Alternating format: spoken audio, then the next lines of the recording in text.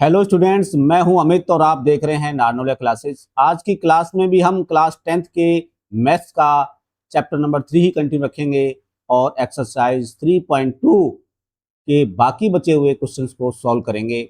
आज की क्लास बहुत इंपॉर्टेंट रहने वाली है, तो कृपया करके इसे मिस ना करें, क्योंकि आज हम स्टेप बाय स्टेप सीखेंगे कि इक्वेशन बनाते कैसे हैं और उसके बाद सब्स्टिट्यूशन मेथड से उसको सॉल्व करना सीखेंगे। हालांकि आपने पीछे के कुछ प्रश्नों में इक्वेशन बनाना सीखी है, बट वहाँ पे क्वेश्चंस कम थे। आज हमें एक साथ 6 क्वेश्चन मिलेंगे, तो आपके जो बेसिक हैं वो क्लियर हो जाएंगे कि हमें इक्वेशन कैसे बनानी चाहिए, उसमें क्या क्या ध्यान रखना है। तो बिना देरी के शुरू करते हैं आज की class.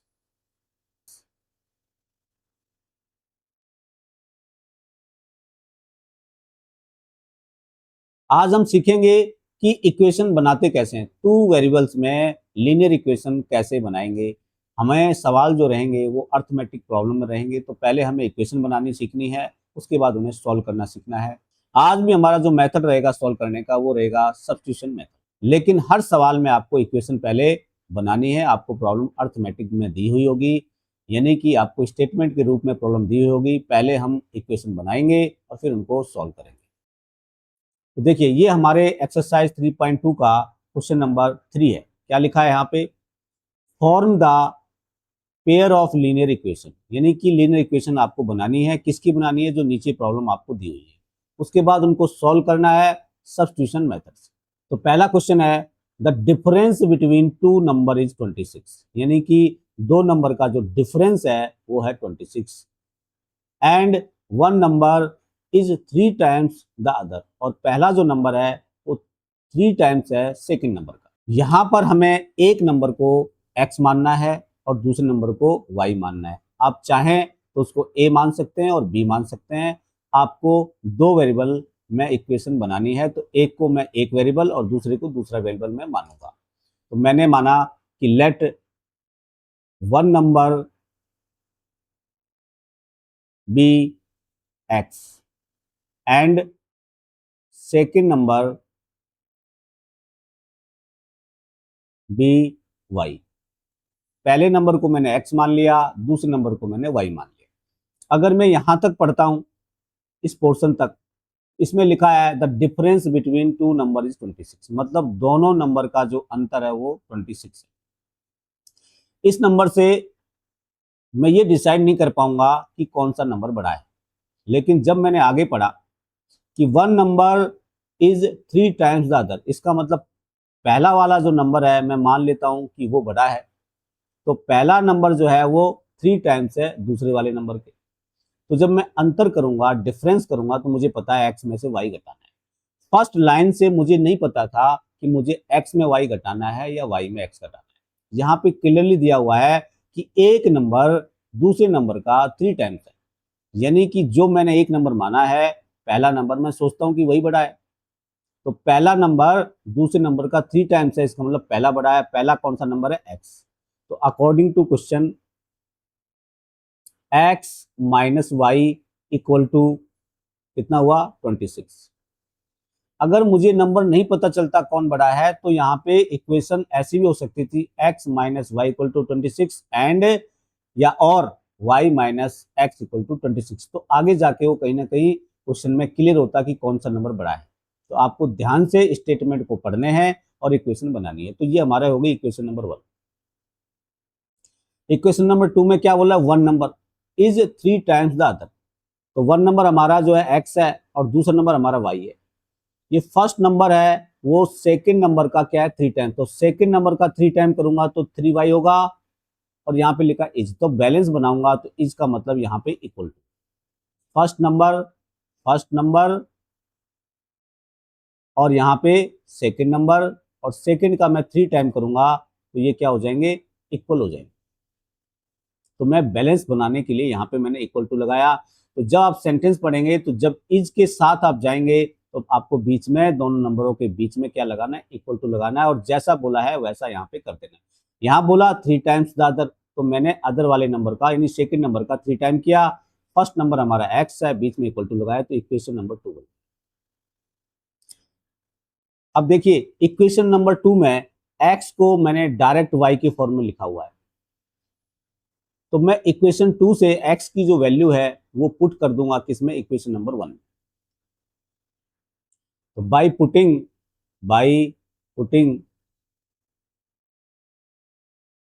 The value of x, अब ये जो वैल्यू है आप वैल्यू भी लिख सकते हो या सीधा बोलोगे कि मैंने जो है इक्वेशन 2 को इक्वेशन 1 में सब्स्टिट्यूट किया। सब्स्टिट्यूट का मतलब है पुट करना। तो by putting the value of x in equation 1, equation 1 क्या थी, x minus Y equal to 26 थी। यहां पुट कर रहा हूं, देखो इस x की जगह पे मैंने इक्वेशन 2 थी हमारी x इक्वल टू 3y, तो ये x की जो वैल्यू 3y है ये मैंने इस इक्वेशन में रखी, तो यहां मिला मुझे 3y। फिर यहाँ पे माइनस वाई लिखा है तो minus Y equal to 26। 3y में से जब मैं y माइनस करूंगा तो बचेगा 2y equal to 26। y equal to कितना आ जाएगा, 26/2, तो y की वैल्यू क्या आ जाएगी, 30। अब मेरे पास y की वैल्यू आ गई, अब मुझे x की निकालनी है। तो जो हमारा इक्वेशन नंबर 2 है x इक्वल टू 3y, इसमें रख दूंगा क्योंकि डायरेक्ट है, 3 टाइम्स है y का। तो by putting the value of y in equation 2, x equal to 3 into Y की वैल्यू 13 है, x की वैल्यू कितनी आ गई, 39। तो x क्या था, फर्स्ट नंबर था, तो हमारा फर्स्ट नंबर क्या हो गया, फर्स्ट नंबर हो गया हमारे पास 39, और सेकंड नंबर जो हो गया वो हो गया 13। देखिए दोनों का जो डिफरेंस है 26 आ रहा है, 39 माइनस 13 इज 26। दूसरा जो फर्स्ट नंबर है वो सेकंड नंबर का 3 टाइम्स है, देखो 13 इंटू 3 कितना होता है, 39। इसका मतलब हमने इक्वेशन सही से फॉर्म की है और हमारा आंसर भी करेक्ट है। अब देखते हैं नेक्स्ट क्वेश्चन। नेक्स्ट बोला है the larger of to supplementary angles exceeds the smaller by 18 degree. तो सबसे पहले मुझे ये पता होना चाहिए सप्लीमेंट्री एंगल किसे कहते हैं, तभी ये सवाल बनेगा। तो सप्लीमेंट्री एंगल का मतलब है दो एंगल सप्लीमेंट्री एंगल कहलाएंगे अगर उनका सम है वो 180 डिग्री हो। कोई भी दो एंगल जिनका सम अगर मैं करूं तो कितना आना चाहिए, 180 डिग्री आना चाहिए, उन्हें हम क्या कहेंगे, दोनों को सप्लीमेंट्री एंगल कहेंगे। तो यहाँ पे एक एंगल को हमें x मान लेना है और दूसरे को y। तो यहाँ बोला लार्जर, तो यहाँ पे लार्जर सप्लीमेंट्री एंगल या larger supplementary angle be x degree and smaller supplementary angle be Y degree according to question. अभी मैंने बोला अगर सप्लीमेंट्री एंगल है तो दोनों का सम होगा 180 डिग्री, तो x degree plus y degree is equal to कितना आया, 180 डिग्री। ये इक्वेशन कहाँ से बनी, डेफिनेशन ऑफ सप्लीमेंट्री एंगल से बनी। इसके बाद बोल रहा है कि लार्जर वाला जो है वो एक्सीड कर रहा है, मतलब ज्यादा है छोटे वाले से, कितना, 18 डिग्री। तो लार्जर कौन सा है, x डिग्री। तो अगर मैं x डिग्री में से y डिग्री को घटाऊंगा तो कितना बचेगा, 18 डिग्री। ये हमारी इक्वेशन नंबर 2 बन गई।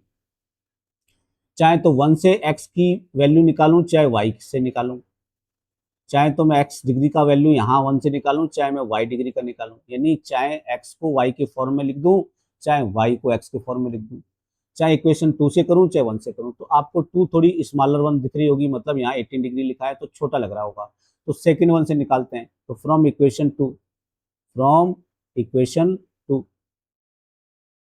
x डिग्री को लेफ्ट में रखा इक्वल टू 18 डिग्री प्लस का हो गया y डिग्री, क्योंकि यहाँ पे माइनस का।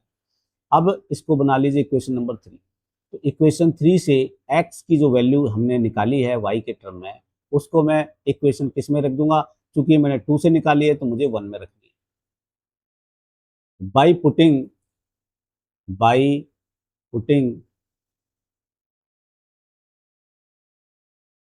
the value of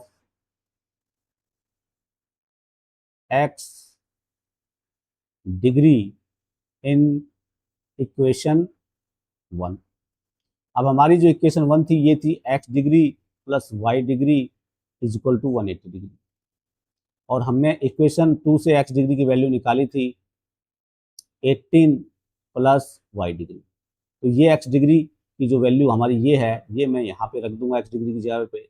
तो क्या आएगा 18 डिग्री प्लस y डिग्री, इस x की जगह पे मैंने ये वैल्यू रख दी, और प्लस में y डिग्री जो है यहाँ पे ऑलरेडी लिखा है, तो प्लस में y degree equal to 180 degree तो 180 डिग्री। सॉल्व करूंगा 18 डिग्री प्लस ये y डिग्री और y डिग्री मिलके हो गए 2y degree equal to 180 degree. Variable को लेफ्ट में रखिए, बाकी कांस्टेंट को राइट में ले जाइए। तो लेफ्ट में 2y डिग्री है ही, equal to 180 degree minus 18 degree. तो y degree 2y degree equal to यहाँ माइनस करेंगे 162 डिग्री आएगा। तो y degree equal to 162 degree divide by 2। तो y डिग्री इक्वल टू यहाँ से डिवाइड करेंगे 2 8 जा 16 और 2 1 जा 2, तो 81 डिग्री आया। y की वैल्यू 81 डिग्री। y की वैल्यू आ गई, अब मुझे x की निकालनी है।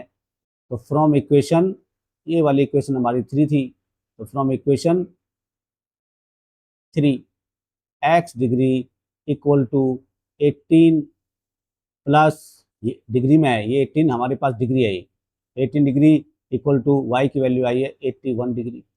x डिग्री इक्वल टू कितना हो गया 8 और 1 9 और 99 डिग्री। इस तरह से हमने x डिग्री और y डिग्री की वैल्यू निकाल ली। अब आप क्रॉस चेक कर लीजिए, देखिए 99 डिग्री हमारे पास वैल्यू किसकी आई x की, और y की आई 81। दोनों को ऐड करेंगे तो कितना आएगा 180 डिग्री। तो सप्लीमेंट्री एंगल हुए कि नहीं हुए, और बड़ा वाला जो एंगल है वो छोटे वाले एंगल से 18 डिग्री एक्स्ट्रा है, तो है कि नहीं है। इसको जब घटाएंगे तो कितना आएगा 18 डिग्री। मतलब हमने इक्वेशन भी सही बनाई है और हमारा आंसर भी सही आया। नेक्स्ट क्वेश्चन देखते हैं। नेक्स्ट क्वेश्चन है हमारा, the coach of a cricket team buys 7 bat and 6 balls for rupees 3800। Later she buys 3 bats and 5 balls for rupees 1750। Find the cost of each bat and each ball. मतलब यहाँ पर bat और ball को खरीदा जा रहा है और उसका प्राइस दिया है, कंबाइंड प्राइस दिया है। तो जब आपको प्राइस दिया हो और नंबर ऑफ आइटम दिया हो, तो मुझे आइटम का प्राइस पहले डिसाइड करना है एक्स और वाई के फॉर्म में। तो यहाँ पे बैट है और बॉल है, तो मान लीजिए कि बैट का जो प्राइस है वो रुपीज एक्स है। लेट प्राइस ऑफ 1 बैट, या ए बैट लिखेंगे, 1 bat be rupees X, and price of 1 क्या है, बैट के बाद बॉल है, बॉल बी रुपीज वाई। अब अकॉर्डिंग टू क्वेश्चन आइए, क्या बोल रहा है 7 बैट। अब बताइए अगर एक बैट x रुपए में आएगा तो 7 कितने में आएगा, 7x में आएगा। तो इसका प्राइस, बैट का प्राइस हो जाएगा आपके पास 7x। तो अकॉर्डिंग टू क्वेश्चन बैट का प्राइस हो जाएगा 7x, और बॉल है हमारे पास 6। एक बॉल जो है हमारे पास है y रुपीज की, तो 6 कितने में आ जाएंगी 6y। दोनों को मैं जब सम करूंगा तो कितना आना चाहिए, एज पर क्वेश्चन रुपीज 3800। ये हो गई इक्वेशन नंबर 1। एंड दूसरा क्या बोल रहा है, अब यहाँ पे 3 बैट हो गए, एक बैट x में, तो 3 बैट कितना हो जाएगा 3x में, प्लस अब की बार 5 बॉल है, एक बॉल y में, तो 5 बॉल 5y में, इक्वल टू 1750। Equation number 2। ये 2 इक्वेशन बन गई। अब हमें सब्स्टिट्यूशन मेथड से इस सवाल को सॉल्व करना है।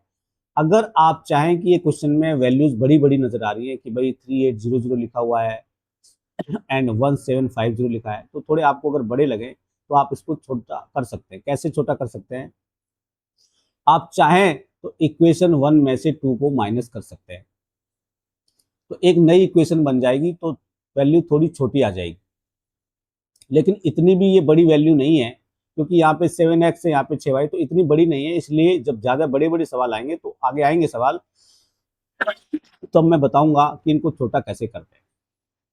तो चाहे तो हम इक्वेशन 1 से चाहे 2 से किसी एक वेरिएबल की वैल्यू दूसरे वेरिएबल के रूप में निकालेंगे और फिर उसको अदर वाले में रख देंगे। एक से निकालेंगे तो 2 में रख देंगे और 2 से निकालेंगे तो 1 में रख देंगे।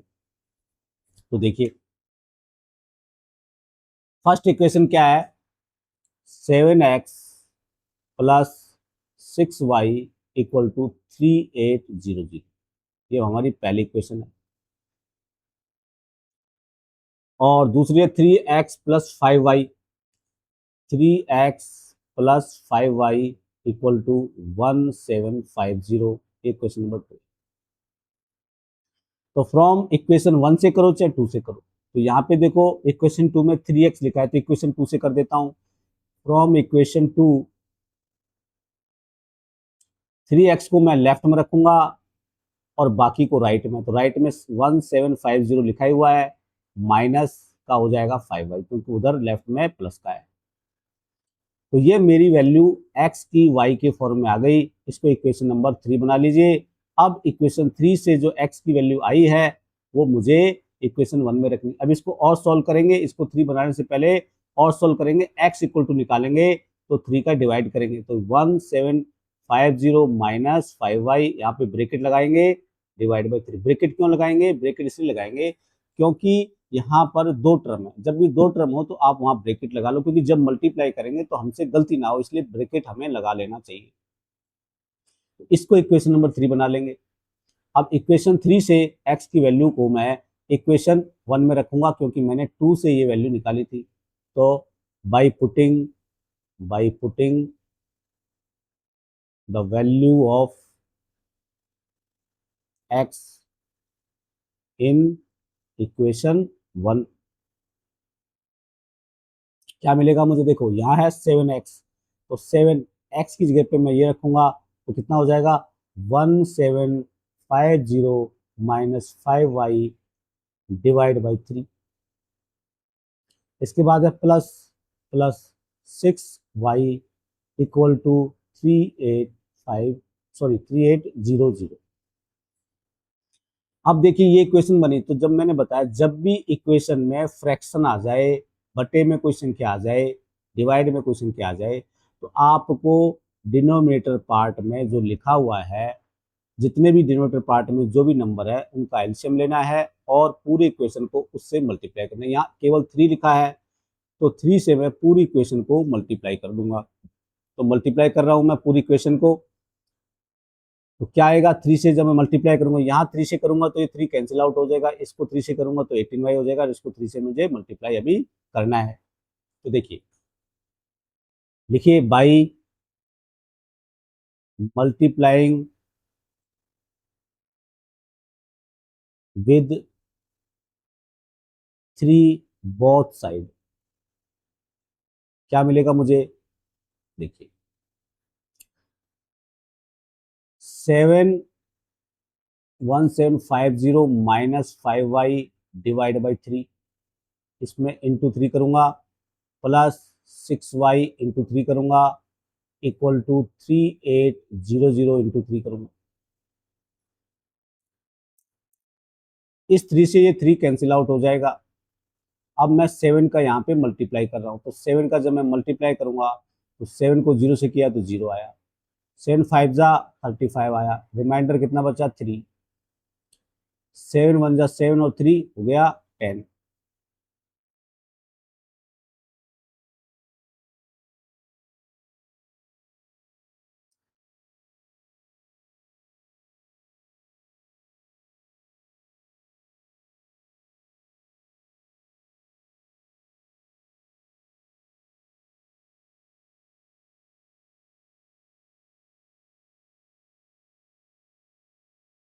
देखिए तो मेरे पास क्या आ गया 7 का, अब मुझे यहाँ मल्टीप्लाई करना है, तो मल्टीप्लाई करने से पहले आप इसको एक बार और लिख लो ताकि कोई भी गलती ना हो। 7 ब्रैकेट में 1750 माइनस 5y प्लस 6 3 जा 18y इक्वल टू, यहाँ मल्टीप्लाई 3 से करूँगा, 3 8 जा 24, रिमाइंडर हो गया 2, 3 3 जा 9, 9 और 2 11 0 0। अब मैं इस ब्रैकेट को खोलूंगा तो इस 7 का इधर भी मल्टीप्लाई होगा और इस 5y में मल्टीप्लाई होगा, तो 7 से मल्टीप्लाई कर रहा हूँ, तो 7 से मल्टीप्लाई करेंगे, 7 को 0 से करेंगे 0 आया, 7 को 5 से करेंगे 35 आया, तो रिमाइंडर कितना बचा 3। इसके बाद 7 को 7 से करेंगे 49 हुआ, 49 और 3 कितना होता है 52, तो रिमाइंडर कितना हो गया 5, और 7 1 जा 7, 7 और 5 12, माइनस 7 5 जा 35 प्लस 18 इक्वल टू 11400। अब क्या करूंगा मैं, जो वैल्यू यहाँ पे y भी है 18y, ठीक है। अब मैं क्या करूंगा, इस नंबर को राइट में लेके जाऊंगा और इसको मैं लेफ्ट में रखूंगा, या इसको मैं राइट में ले जाऊं, नंबर को लेफ्ट में लेके आऊं। कहने का मतलब है वेरिएबल एक तरफ करना है और कांस्टेंट को एक तरफ करना है। तो पहले इसको सॉल्व कर लेते हैं। 12250, ये माइनस का 35y है, ये प्लस का 18y है, तो कितना बच गया माइनस का 17y इक्वल टू 11400। ये माइनस के 17y है, तो उसको ऐसा करो राइट में लेके चले जाओ और नंबर्स को लेफ्ट में ले आओ, तो ये हो गया 12250 माइनस 11400 इक्वल टू 17y। इसको जब हम घटाएंगे तो कितना हो जाएगा, 0 से 0 घटाएंगे 0। इसके बाद क्या है 5 है, 5 में 0 घटाएंगे 5। इसके बाद 2 है, तो 2 में 4 जाएगा नहीं, तो 1 यहाँ से लेंगे, तो 12, 12 में 4 माइनस करेंगे तो 8, ठीक है। ऐसे नहीं करना है तो आप ऐसे घटा सकते हैं, यहाँ पे रफ में लिख के 12250 और ये है 11400, तो ये हो गया 50, ये 12 में 4 8, और यहाँ बच गया 1, तो ये 0 और यहाँ भी 0, तो 850 आपके पास बच गया। कितना बच गया 850 इक्वल टू 17y। तो y की वैल्यू निकालूंगा तो 850 डिवाइड बाई 17, 17 से कट जाएगा 5 टाइम, तो y की वैल्यू कितनी आ गई 50। अभी आपको लग रहा होगा कि यहाँ पे कैलकुलेशन बड़ी है, कैलकुलेशन बड़ी नहीं है, जब आप खुद से करेंगे तो आराम से कर पाएंगे, ठीक है। जब बहुत सारे क्वेश्चन कर लेते हैं तो हमें आदत पड़ जाती है, हमारे कॉन्सेप्ट क्लियर हो जाते हैं, इसलिए प्रैक्टिस बहुत ज़रूरी है। क्वेश्चंस यहाँ पे सीखने के बाद आपको प्रैक्टिस ज़रूर करनी है। अब y का मान आ गया, तो इस y की वैल्यू को मैं किसी भी इक्वेशन में रख दूं, तो ये हमारे पास थोड़ी सिंपल इक्वेशन है, इसलिए इसमें रख दूंगा, क्योंकि यहाँ सीधा यहाँ y की जगह रखूंगा और जो आंसर इधर आएगा उसमें 3 का डिवाइड करना है। तो नेक्स्ट देखते हैं क्या,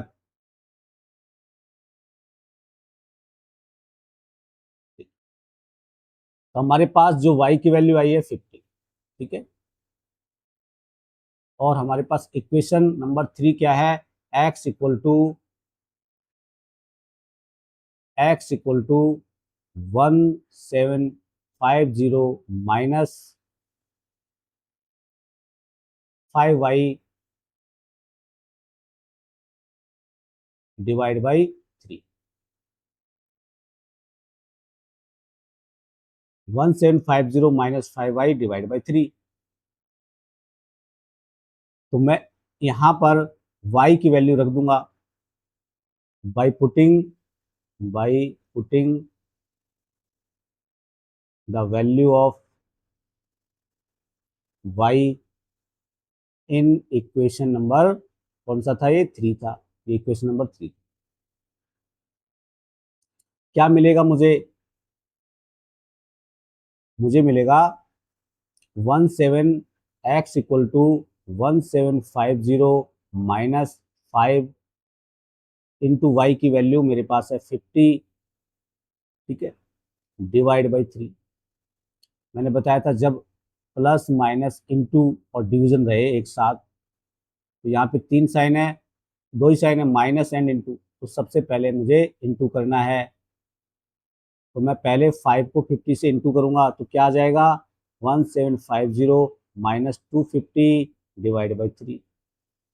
एक्स इक्वल टू 250 जब इसमें से माइनस करूंगा तो कितना आ जाएगा यहाँ पे 1500 डिवाइड बाई 3। एक्स की वैल्यू क्या आ जाएगी 500 आ जाएगी। एक्स की वैल्यू 500 और वाई की वैल्यू 50। अब आप इसको क्रॉस चेक कर सकते हो। क्रॉस चेक कैसे करेंगे, देखिए जो इक्वेशन ठीक लगे उसमें आप वैल्यू रख दो। छोटी वाली है ये 3x plus 5y equal to 1750। तो 3x की जगह पे मेरे को रखना है 500। ये हो गया हमारे पास 1500 और यहाँ है 5y। 5 इंटू वाई, वाई है हमारे पास 50, तो कितना हो गया 250। दोनों को ऐड करेंगे तो कितना आएगा 1750।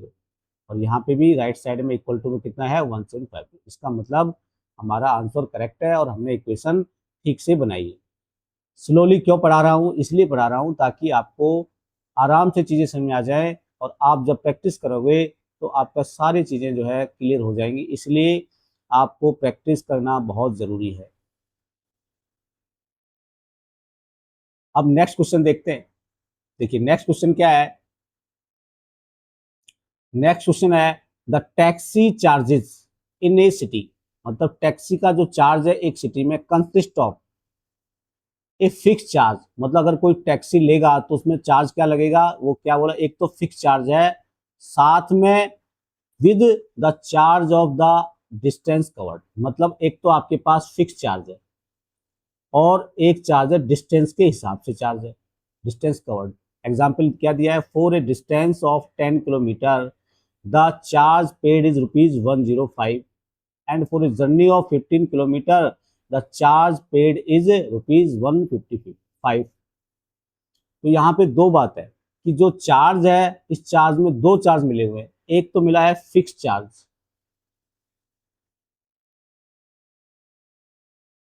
और दूसरी बात क्या है, पर किलोमीटर चार्ज है। पर किलोमीटर चार्ज है डिस्टेंस के हिसाब से, क्योंकि यहाँ डिस्टेंस किलोमीटर में है तो पर किलोमीटर कुछ चार्ज है। तो दो टाइप के चार्ज है। तो एक चार्ज को मैं क्या मान लूंगा एक्स और दूसरे वाले को क्या मान लूंगा मैं वाई। तो कैसे मानेंगे, देखिए let the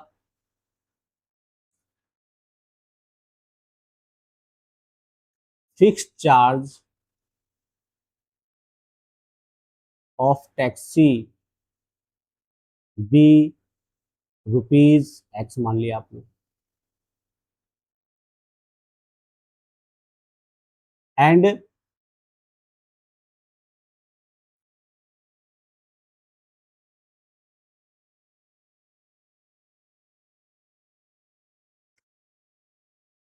charge of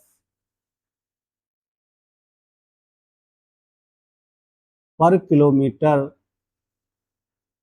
B ₹Y। क्या मतलब हुआ कि अगर वो पर किलोमीटर, मतलब यहाँ 1 किलोमीटर लिख दो आप चाहे, 1 किलोमीटर का जो चार्ज लगेगा वो ₹Y लगेगा और फिक्स्ड हमारे पास एक्स। अगर कोई इंसान मान लीजिए 1 किलोमीटर जा रहा है तो उसको कितना पैसा देना पड़ेगा, एक्स प्लस वाई। अगर कोई 2 किलोमीटर जा रहा है एक्स तो मेरे पास फिक्स है और जो वाई है वो 1 किलोमीटर का चार्ज है, तो 2 किलोमीटर का चार्ज कितना हो जाएगा 2y। तो 2 किलोमीटर जाने का इतना चार्ज लगेगा। तो अकॉर्डिंग टू क्वेश्चन देखिए कितना कितना जा रहा है। एक कंडीशन में बोल रहा है कि 10 किलोमीटर, 10 किलोमीटर का चार्ज दे रहा है 105। तो देखिए एक्स तो हमारे पास फिक्स है, ये फिक्स चार्ज है, प्लस 10 किलोमीटर जाएगा, 1 किलोमीटर का है वाई, तो 10 किलोमीटर का कितना हो जाएगा 10y। तो यह हो गया 10y इक्वल टू 105। ये क्वेश्चन नंबर 1 हो गई। दूसरा क्या है, 15 किलोमीटर है, तो दूसरे के लिए x तो फिक्स है और यहाँ पे हो जाएगा 15y इक्वल टू 155। ये क्वेश्चन नंबर 2 हो गई। तो हमारे पास दो इक्वेशन आ गई। इन इक्वेशन को हम सब्स्टिट्यूशन मेथड से सॉल्व करेंगे। तो from equation one x equal to 105 minus का 10y आ गया।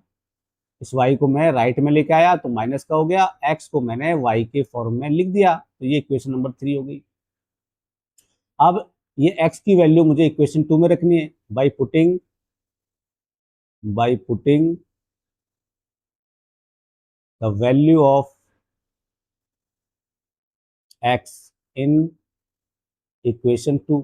क्या मिलेगा, x की जगह पे मैंने रखा 105 माइनस 10y और आगे क्या है प्लस का 15y, तो plus 15y equal to 155 solve करेंगे। 105 ये माइनस का 10 है, ये प्लस का 15 है, तो प्लस का 5y हो गया, ये इक्वल टू 155 को लेफ्ट में रख लीजिए और नंबर को राइट में 155 और ये हो गया माइनस का 105, तो 5y इक्वल टू कितना बच गया, ये 45। तो y की वैल्यू कितनी आ गई 45 बाई 5, y इक्वल टू आ गई 9। तो y का वैल्यू जो है 9 रुपीज आ गई, यानी कि पर किलोमीटर जो चार्ज लगेगा वो लगेगा 9 रुपीज। अब y की वैल्यू आप इक्वेशन नंबर 3 में रख दीजिए।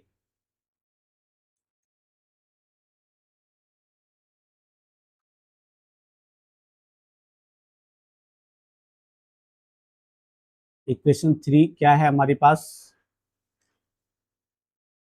x equal to 105 minus 10y, 10y है, ये हमारी इक्वेशन नंबर 3 है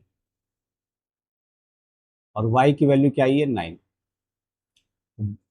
by putting the value of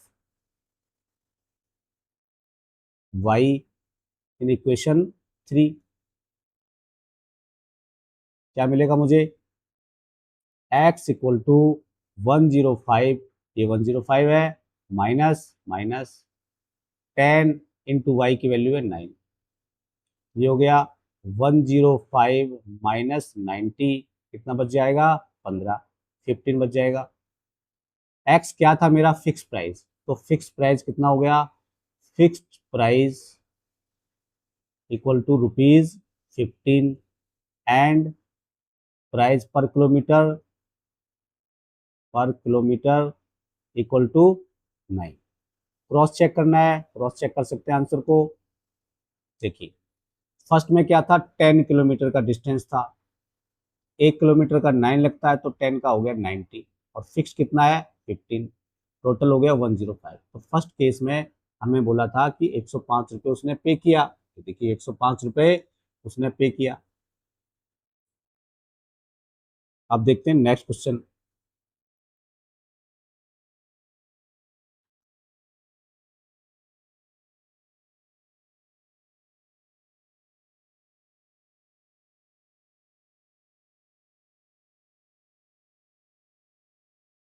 A fraction becomes 9 by 11 if 2 is added to both the numerator and denominator. If 3 is added to both the numerator and denominator, it becomes 5 by 6. Find the fraction. तो जैसे ये fraction लिखी हुई है 9 by 11, ऊपर वाले part को numerator कहा जाता है और नीचे वाले पार्ट को डिनोमिनेटर कहा जाता है। तो क्या बोल रहा है, अगर मैं 2 ऐड कर दूं बोथ न्यूमरेटर में और डिनोमिनेटर में, नहीं ऊपर वाले पार्ट में और नीचे वाले पार्ट में मैं क्या कर दूं 2 ऐड कर दूं, तो 9 बाई 11 बन जाती है। ए फ्रैक्शन बिकम्स 9 बाई 11, एक फ्रैक्शन है, अगर उस फ्रैक्शन में मैं न्यूमरेटर और डिनोमिनेटर में मैं 2 ऐड कर दूं तो फ्रैक्शन क्या बन जाती है 9 बाई 11। और अगर मैं 3 ऐड कर दूं to both the numerator and denominator तो फ्रैक्शन बन जाती है 5 बाई 6। तो पहले मुझे फ्रैक्शन माननी है, ठीक है।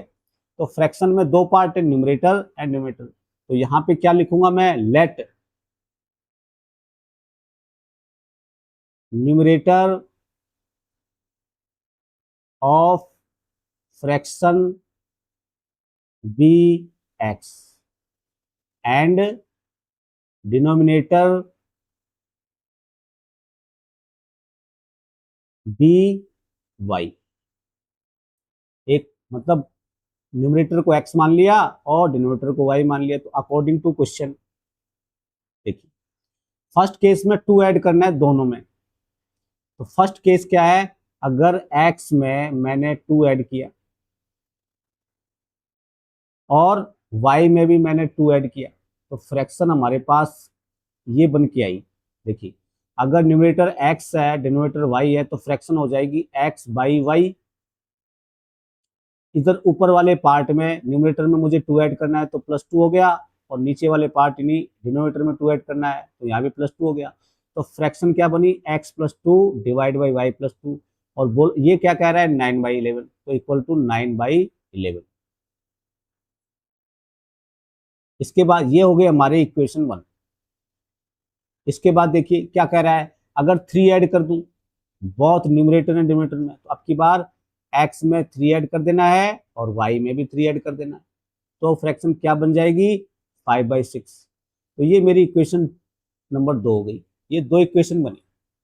अब मुझे इनको पहले सिंप्लीफाई करना है और फिर सब्स्टिट्यूशन मेथड से सॉल्व करना है। तो देखिए, फर्स्ट इक्वेशन क्या है, x+2 divide by y+2 equal to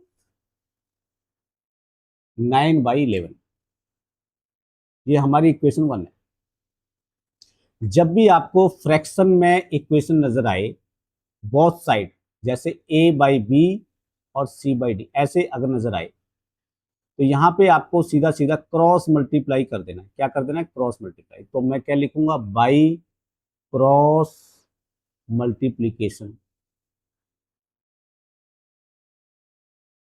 11 को इससे कर दूंगा तो ये हो गया 11, ब्रैकेट में लिख दूंगा x+2। तो ये अभी मल्टीप्लाई करेंगे, तो मैंने अभी लिखा है कि 11 को x+2 में मल्टीप्लाई करना है, equal to 9 multiplied by y+2।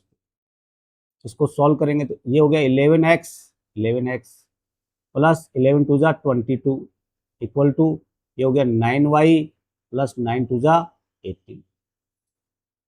अब देखिए, ये इक्वेशन में अभी 2 वेरिएबल आराम से आपको नजर आ रहे हैं, पहले भी नजर आ रहे थे, लेकिन अब ये सिंपल इक्वेशन हो गई। इसको और सॉल्व करेंगे तो क्या करूंगा मैं, 11x equal to 9y plus 18, और ये 22 को इधर ले आऊंगा। क्यों ले आया मैं, बिकॉज मैं अब इस इक्वेशन में x और y में से मैंने डिसाइड किया कि x को मैं y के टर्म में लिखूंगा। x को तो मैंने लेफ्ट में रखा, x वाले पार्ट को, और बाकी को राइट में लाया। तो 9y प्लस 18 राइट में था, 22 भी राइट में ले आया। अब क्या हो गया, 11x equal to 9y plus 18 में 22 माइनस करेंगे तो कैसा बचेगा, माइनस का 4 बचेगा। x इक्वल टू क्या आ गया, 9y माइनस 4/11 आ गया। तो ये हो गई इक्वेशन नंबर आपके पास 3। मैंने x को y के फॉर्म में लिख दिया। अब ये x की वैल्यू मुझे इक्वेशन नंबर किस में रखनी है, अभी आगे सोल्व करूंगा उसमें रखेंगे। तो अभी दूसरे वाले को भी सोल्व करना है मुझे, इसी तरह से प्रॉपर फॉर्मेट बनाना है। तो दूसरी इक्वेशन हमारी क्या थी, दूसरी थी x+3 divide by y+3 equal to 5/6 थी, 5/6।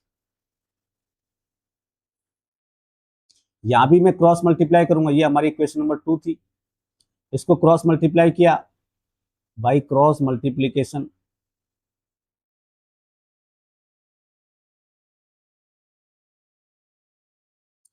सिक्स को x+3 से मल्टीप्लाई करना है और 5 को y+3 से करना है। इस तरह से आपको क्रॉस मल्टीप्लाई करना है।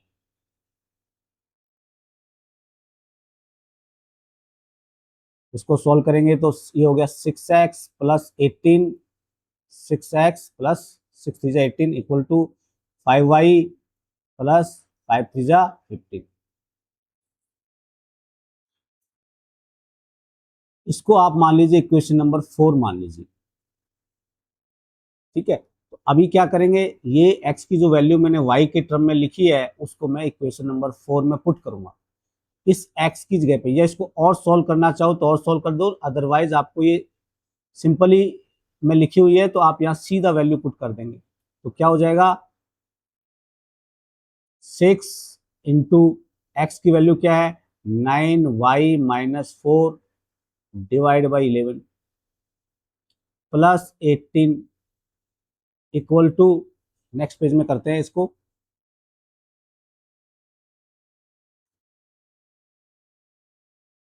देखिए इक्वेशन थी x plus 3 divide by y plus 3 equal to 5/6, ये हमारी इक्वेशन थी। इसको जब मैंने सॉल्व किया था तो क्या आया था 6x plus 18 equal to 5y plus 15, इसको क्रॉस मल्टीप्लाई करने से हमारे को ये रिजल्ट मिला।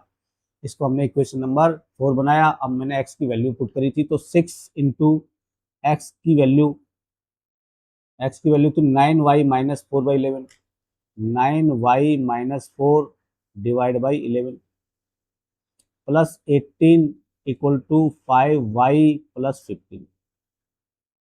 अब देखो यहाँ पे ये फ्रैक्शन में 11 आया, तो जब भी फ्रैक्शन में कुछ भी नंबर आया उस फ्रैक्शन से पूरी इक्वेशन को आप मल्टीप्लाई कर दो। अगर यहाँ कटता नंबर तो मैं उसको काटता, लेकिन यहाँ 6 से यहाँ 11 है तो ये नंबर ना तो न्यूमरेटर डिनोमिनेटर का कुछ कटेगा नहीं, इसका मतलब है कि ये 11 नीचे ही रहेगा, तो मैं 11 से बोथ साइड मल्टीप्लाई कर दूंगा बाई मल्टीप्लीकेशन या multiplication with 11 both the side. क्या मिलेगा मुझे, 11 कैंसिल आउट हो जाएगा तो ये हो जाएगा 6 9y-4 प्लस 18 को 11 से मल्टीप्लाई करूंगा, 18 into 11 equal to 5y into 11 plus 15 into 11। हर पार्ट में इसलिए लिख देना, नहीं तो गलती होने का चांस रहता है, किसी नंबर में मिस हो जाएगा, इसलिए सबको एक बार 11 से, यहाँ पे 11 से 11 कट गया इसलिए यहाँ मैंने शो नहीं किया। अब इसको खोलेंगे ब्रैकेट को तो 6 9 54y माइनस 24 प्लस 18 को 11 से मल्टीप्लाई करेंगे तो आएगा 198। अगर कोई भी नंबर है 2 डिजिट का नंबर, 2 डिजिट, उसको मुझे 11 से मल्टीप्लाई करना है, इजी ट्रिक बता रहा हूँ। जैसे ये था 18, इसको 11 से मल्टीप्लाई करना था तो मैंने 1 और 8 लिखना है और बीच में गैप छोड़ना है और गैप में इन दोनों का सम लिखना है 198। ये हो गया 198 इक्वल टू, ये हो गया 55y प्लस ये है 15। तो देखो 1 5 यहाँ लिखा और दोनों का सम यहाँ लिखा क्योंकि मुझे 11 से मल्टीप्लाई करना था। ये हो गया 54y, यहाँ आप इसको घटाना है तो घटा लीजिए, नहीं तो नंबरों को इधर ले आइए।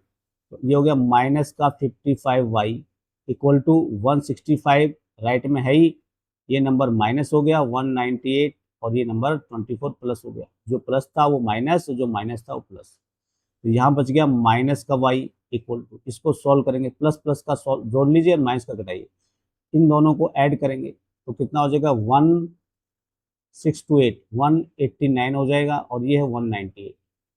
इसको जब घटाएंगे 18 में 9 करेंगे 9, यहाँ बच गया 8, 8 में 0, ये भी 0, तो 9 बच गया, कितना बच गया 9, माइनस का बच गया क्योंकि माइनस वाला नंबर बिगर है और माइनस से माइनस कैंसिल आउट हो गया तो y की वैल्यू कितनी आ गई 9, y की वैल्यू 9 आ गई। अब y की वैल्यू को मैं इक्वेशन नंबर 3 में पुट कर दूंगा, 3 नंबर इक्वेशन ये है हमारे पास, x की वैल्यू तो ये है हमारे पास, तो क्या था x equal to 9y-4 divide by 11, यहाँ पे y की वैल्यू पुट कर रहा हूँ, x इक्वल टू 9 इंटू ये 9 y की value -4 divide by 11, x equal to 9 9 81 -4/11, x की वैल्यू हो गई 77 बच गया ये डिवाइड बाई 11, तो ये हो गया 7, x इक्वल टू 7, x की वैल्यू 7 और 9 की y की वैल्यू 9, तो x और y की वैल्यू हमारे पास आ गई। x की वैल्यू हमारे पास 7 आई, y की वैल्यू 9 आई। क्रॉस चेक करना चाहो तो क्रॉस चेक कर सकते हैं। क्या बोला था कि अगर फर्स्ट केस में था कि मैं 2 ऐड करूं तो देखो यहाँ पे फ्रैक्शन हमारे पास क्या बनी 7/9, तो जो फ्रैक्शन आंसर क्या हो जाएगा, फ्रैक्शन क्या बनी हमारे पास, फ्रैक्शन हो गई 7/9। ये न्यूमरेटर था और ये डिनोमिनेटर। अब चेक कर रहा हूँ, तो देखो 7 में मैंने 2 ऐड किया और 9 में भी मैंने 2 ऐड किया, तो कितना हो गया 7 to 9, और ये क्या हो गया 9 to 11। तो फ्रैक्शन हमारी पहले वाली क्या थी, 9/11, 9/11। 3 ऐड करने से 5/6 हो रहा है, देखो 5/6 हो रहा है कि नहीं हो रहा है। अगर मैं यहाँ पे 3 ऐड करूँ न्यूमरेटर और डिनोमिनेटर में, तो क्या आएगा, देखो ये हो गया 10, ये हो गया 12। 2 की टेबल से दोनों नंबर कट रहा है, 2 5 जा 10 और 2 6 जा 12, तो 5/6 आ गया। कैलकुलेशन के हिसाब से आपको ये बड़ा लग रहा होगा, जब हम एलिमिनेशन मेथड सीख जाएंगे तो ये झटाक से हो जाएगा। यहाँ पे हमें कंडीशन दी है कि आपको सब्स्टिट्यूशन मेथड से करना है, इसलिए थोड़ा ये आपको लॉन्ग लग रहा है। मेन क्या है, आपको समझ में आया होगा कि इक्वेशन कैसे बनानी है और उनको सॉल्व कैसे करना है। जब भी आप फ्रैक्शन देखें, देखिए इस तरह का, यहाँ फ्रैक्शन में है, यहाँ भी फ्रैक्शन में, क्रॉस मल्टीप्लाई करना है। अब हम क्वेश्चन नंबर 6 देखते हैं, क्या बोल रहा है, 5 year hence the age of Jacob will be 3 times that of his son. Hindi वालों के लिए हिंदी में पढ़ सकते हैं। तो यहाँ इतना पढ़ने के बाद आपको बात समझ में आई होगी कि भाई एज की बात कर रहा है और दो लोग हैं, एक है जैकब और एक है सन। तो हमने जब लास्ट क्लास में ऐसा सवाल किया था तो मैंने बताया था सबसे पहले हमें क्या करना है, प्रेजेंट एज डिसाइड करनी है या माननी है। जितने भी आदमी हैं, यहाँ पे दो हैं, एक है जैकब एक है सन। और दूसरी बात बताई थी कि हैंस का मतलब होता है बाद में, और एगो का मतलब होता है पहले, आफ्टर का मतलब भी होता है बाद में। तो ये वर्ड आपको पता होना चाहिए अंग्रेजी मीडियम वालों के लिए, और हिंदी में लिखा ही रहेगा, ये लिखा है बाद में और पहले लिखा रहेगा वो, ठीक है। तो हैंस का मतलब है बाद में, आफ्टर का मतलब भी बाद में, और एगो का मतलब है पहले। तो देखिए अगर मैं बोलूं कि आपकी एज है 16 साल, तो अगर मैं बाद की बात करूं, मैं बोलूं 2 साल बाद आप कितने के हो जाएंगे, तो मुझे 2 ऐड करना है, तो कितना हो गया 18। 5 साल बाद की करूंगा तो मुझे 5 ऐड करना है, तो कितना हो जाएंगे 21 का। अगर मैं पहले की बात करूंगा तो मुझे उतना ही माइनस करना है। अगर मैं बोलूँ 2 साल पहले कितने के थे आप, तो 16 में से 2 घटा देंगे तो कितने को हो जाएंगे आप, 14 के। तो बाद की एज और पहले की एज निकालने के लिए आपको प्लस माइनस करना है। तो सबसे पहले एज डिसाइड करेंगे, तो लेट प्रेजेंट एज ऑफ, कौन है, जैकब, बी आपको मान लेनी है x years, and his son's age, ये मैं बात कर रहा हूँ प्रेजेंट की, दोनों की, तो ये हो गया y ईयर्स।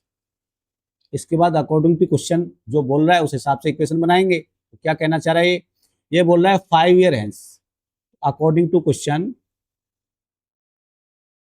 5 ईयर हेंस, देखिए 5 साल बाद की बात कर रहा है तो मुझे 5 जोड़ना है, 5 को मुझे ऐड करना है एजो में। तो देखिए जैकब है, एक है उसका सन, जैकब की परसेंटेज एक्स है और सन की वाई है।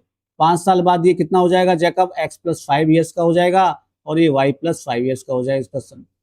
कहना क्या चाह रहा है कि जैकब जो है 3 टाइम्स सन का, दैट ऑफ इज सन, तो सन का 3 टाइम करूंगा तो 3 से मल्टीप्लाई करूंगा और बाद में इन दोनों के बीच में इक्वल टू लगाऊंगा बैलेंस बनाने के लिए। तो इक्वेशन क्या बनेगी, एक्स प्लस 5, ये हो गया Jacob, equal to y plus 5, ये कौन हो गया, उसका सन, इसका 3 टाइम कर दूंगा और बीच में इक्वल टू लगा दूंगा। तो ये हो गई इक्वेशन नंबर 1। एंड तो फर्स्ट इक्वेशन क्या थी, यहीं से देख लेंगे। फर्स्ट इक्वेशन हमारी बन गई। सेकंड क्या बोल रहा है, 5 years ago Jacob age was 7 times that of his son, तो क्या लिखेंगे, एंड 5 ईयर्स एगो,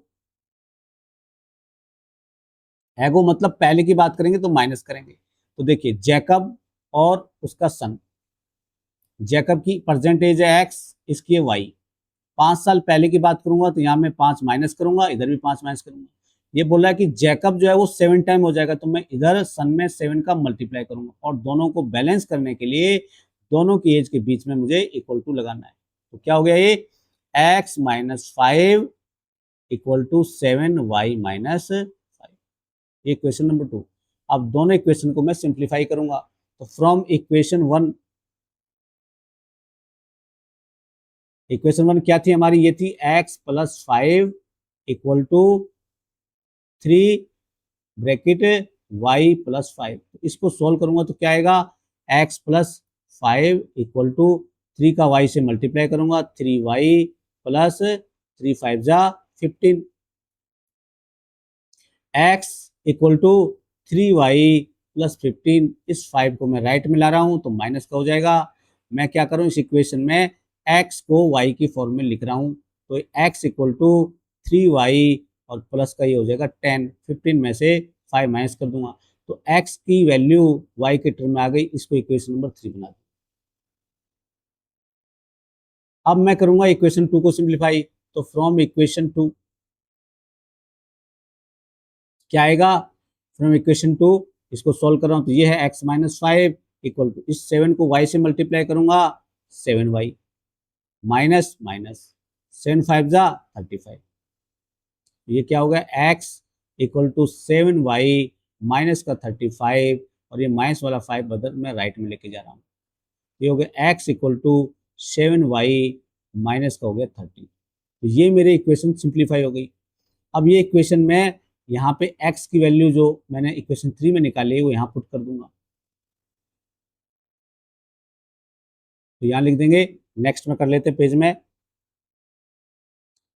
bye putting the value of x, यहाँ पर इसमें मैं x की वैल्यू पुट कर रहा हूँ, x की वैल्यू है 3y प्लस 10, तो मैंने लिखा 3y प्लस 10 इक्वल टू, इधर है 7y माइनस 30, 7y माइनस 30, तो ये y y में हो गया, एक वेरिएबल में आपका इक्वेशन हो गया, तो वेरिएबल एक तरफ और कांस्टेंट एक तरफ, तो यहाँ पे 7y है, इधर 3y है, तो 3y को राइट में ले जाइए आप, या लेफ्ट में रखना है तो माइनस में आएगा, लेफ्ट में रख लीजिए, तो ये 3y 7y को लेफ्ट में आए तो 7y हो गया इक्वल टू माइनस 30, इस 10 को राइट में लाएंगे माइनस का 10, तो ये हो गया माइनस का 4y बच गया, ये इक्वल टू माइनस का 40, y equal to minus 40 divide by -4, minus से minus cancel out, y equal to 10, y की वैल्यू 10 आ गई। अब इस y की वैल्यू किसी भी इक्वेशन में रख दो, यहाँ पे इक्वेशन नंबर 3 में रख देते हैं। Now putting the value of y in equation 3, ये वाली इक्वेशन 3 है। 3 इक्वेशन क्या है, x equal to 3y plus 10, तो यहाँ पुट करूंगा तो x equal to 3 into Y की वैल्यू कितनी है 10 प्लस ये वाला 10, x इक्वल टू 30 प्लस 10, तो ये हो गया x इक्वल टू 40। x क्या है, y क्या है, x है परसेंटेज ऑफ जैकब, तो परसेंट ऑफ देयरफॉर